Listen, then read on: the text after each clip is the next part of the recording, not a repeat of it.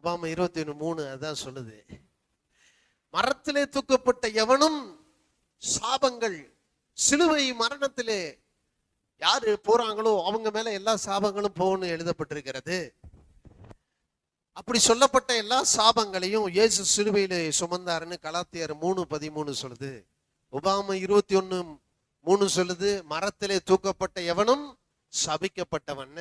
அதை கலாத்தியர் 3:13 சொல்லுது மரத்திலே தூக்கப்பட்ட எவனும் சபிக்கப்பட்டவன் என்று எழுதியிருக்கிறபடி கிறிஸ்து உனக்காக சாபமாகி நியாயப்பிரமாணத்தின் உபாகமம் 28ஆம் அதிகாரத்தில் இருக்கிற அந்த 54 சாபங்களையும் இயேசு சிலுவையிலே தனக்குள்ளே விழுங்கி போட்டு, அந்த சாபங்களை எல்லாம் அவர் விழுங்கி போட்டதுனால உன் வாழ்க்கையில இனி சாபத்துக்கு பேச்சே இல்லை.